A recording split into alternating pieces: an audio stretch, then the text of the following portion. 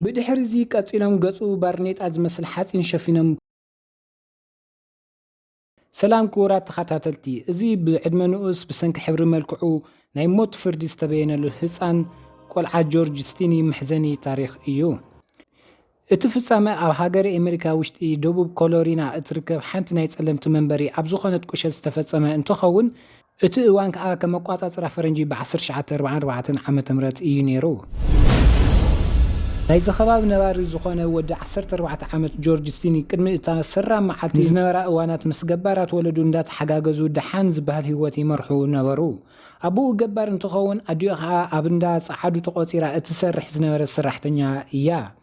ንጆርጅ ስቲኒ ንሓንሳብ ንሓዋን ዝኸለፈቶ ሰንካም ዕለት ድማ መዓልቲ ኣኺላ ኣብ ዝመፀትሎ እዋን ምስ ዓባይ ሓፍቱ ንኣቡኡ ክሕግዝ ንግሆ ተላዒሉ ናብ ሕርሻ ወፈረ። ኣብቲ እዋን ዝነበራ ቤቲ ጄምን መሪኣምን ዝተባሃላ ክልተ ጸዓዱ ኣሓት ድንገት ካብቲ መንደረን ጠፍኣ። በዚ ዝተሻቐላ ወለደን ከዓ ቶሎ ኢለን ናብ ፖሊስ ሪፖርት ገበራ። ካብቲ ዕለት ጀሚሩ ከዓ እዞም ፖላዊስ ናብቲ መንደር ብምኻድ ነዘን ህፃውንቲ ክእልሽወን ጀመሩ። ይኹን እምበር እዘን ህፃውንቲ ክረኽብወን ኣይከኣሉን። እዘን ቆልዑን መጨረሻ ግዜ ዝረኣይወን ከዓ ጆርጅ ስቲንን ዓባይ ሓፍቱን እንትኾኑ እዚ ፍጻሜ ከዓ ድሕሪ ካብ ሕርሻ ምምላሶም እዩ ነይሩ። ጆርጅ ስቲኒ ንዘን ጓል 11 ዓመት ቤቲ ጆንን ንጓል 7 ዓመት ሜሪኣምን ይፈልጠን ስለ ዝነበረ ናበይ ኸዳ ከም ዘለዋ ሓተተን። ንሳተን ከዓ ወለደን ከይረኣይወን ብሕቡእ ሜይፓፕ ዝተባሃለ ፍራፍረ ንኸኣርያ ይኸዳ ከም ዘለዋ ነገርኦ። እዚ ፍረ ኣበይ ከም ዝርከብ እውን ሓተቶኦም ሓቢሩለን ከዓ ከዳ ብኡ ቢለን እውን ኣይተመልሳን። ብድሕር እዚ ጆርጅ ስቲኒ ዘንቆልዑ ድሃይ ከም ዘጥፋን ብፖላዊስ ድለያ ከም ዘለዋ ብወረ ሰምዐ። ወየ ንጹህ ልቢ ጆርጅ ከዓ ደኾን ፍንጭ ሓበሬታ ይኾኖም ኢሉ ነቶም ፖላዊስ ዝረኣዩ ነገር ሓበሮም። ፖላዊስ እቲ ዓዲ ነዚ ሓበሬታ ድሕሪ ምስምዖም ናብቲ ዝተሓበረሎም ዓዲ ኣቕንዑ። ድሕሪ ሓያል ፈተሻ ከዓ ኣስካሪነትን ሕክምና ይፋ ኾነ። ጭንቀትን ሓዘንን ፍርሕን ከዓ ኣብቲ መንደር ዓሰለ። ኣብቲ ዓዲ ከዓ ዝረኣየን ዘይረኣየን ከውሪ ጀመረ። መቸም ሰብ ኣፉ ዘምፀሉ እዩ ዘውሪ። በታ ሓደ ገጽ ጆርጅ ስቲኒ ድሕሪ ምስ ዘንቆልዑ ምፍልላዩ ተኸቲልወን ከይዶ ቀቲልወን ይብሉ። በታ ሓደ ገጽ ከዓ ኣብቲ ሬስን ዝተረኸበሉ ኣከባቢ ዝነበሩ ሰባት እዮም ቀቲሎምን ይብሉ። ዝተረኸባሉ ቦታ ከዓ ኣብ እንዳ ጸዓዱ ሰፈር እዩ ነይሩ። ነገር ግን ኣብቲ እዋን በቲ ተስፋሕፊሑ ዝነበረ ናይ ዓሌታውነት ስርዓት ምኽንያት ነቲ ጻዕዳ ትኽክለኛ ቀታሊ ካብ ምድላይ ንላዕሊ ኣብቲ ጥቕኦም ንዘሎ ምስኪን ጸሊም ንኡስ ጆርጅ ወንጀለኛ ኢሎም ፈረድዎ። ንዕኡን ኣሕዋቱን ድማ ኣሰርዎም። ናይ እስሮም ቦታ ከዓ እቶም ከቢድ ወንጀል ዝፈጸሙ ጥራሕ ዝእሰርዎ ቦታ እዩ ነይሩ። እዚ ፍጻሜ በዚ ጥራሕ ኣየብቅዐን። ወለዶም እውን ንኽሪእዎም ኣየፍቀዱን። ኣብቲ እዋን ዘየቋርጽ ምርመራን ስቃይን መውቃዕትን መዓልታዊ ኸዝንብሉ ጀመሩ። ኮይኑ ግን ጆርጅ እቲ ነገር ስለ ዘይወዓሉ ምንም ቃል ኣይቀየረሎምን። እዚ ምስኪን ህፃን በይኑ ዓለም ጸንመተቶ።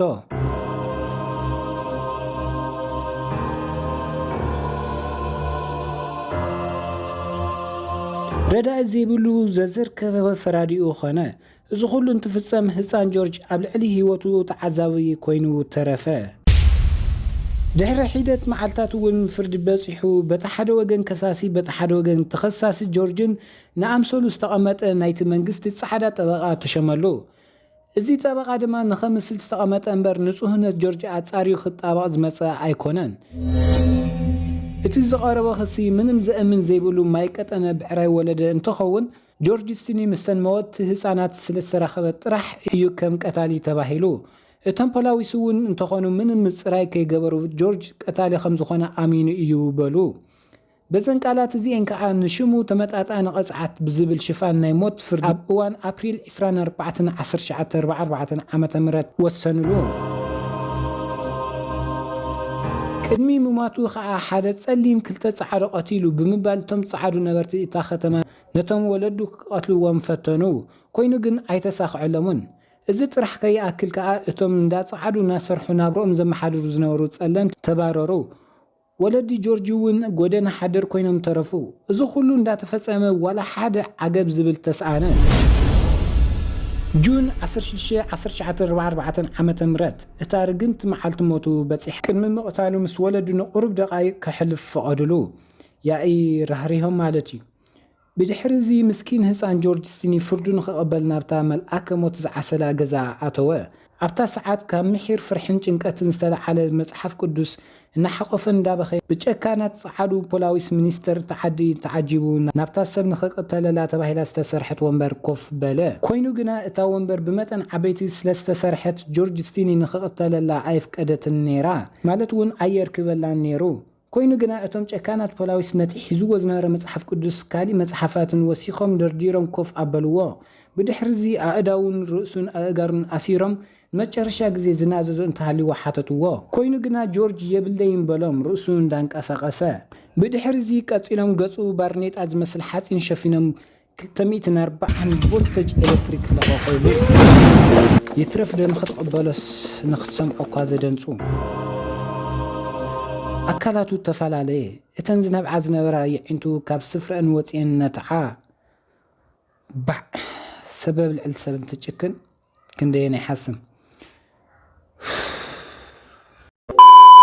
ሓቅስያ ብርእሳ ተቐበርካያ ብእግራ ትወፅእ ከም ዝበሃል ኣብ ዝቐረባ እዋን ኣብ 2014 ዓመተ ምህረት ፈረንጂ ድሕሪ 70 ዓመታት ኣቢሉ ኣብ ዝተገበረ ገበን ምፅራይ ህፃን ጆርጅ ናይ ብሓቂ ውዒልዎ ዶኾን ኢሎም ኣብ ዝፈተሽሉ እዋን እዩ ነይሩ እቲ ሓቂ ዝወፀት። እቲ ዓባይ ሓፍቱ ኣብታ መዓልቲ ሙሉእ መዓልቱ ምስኣ ከም ዝወዓለን ጆርጅ ካብቲ ሓጢኣት ንፁህ ከም ዝኾነን ተኣመነ።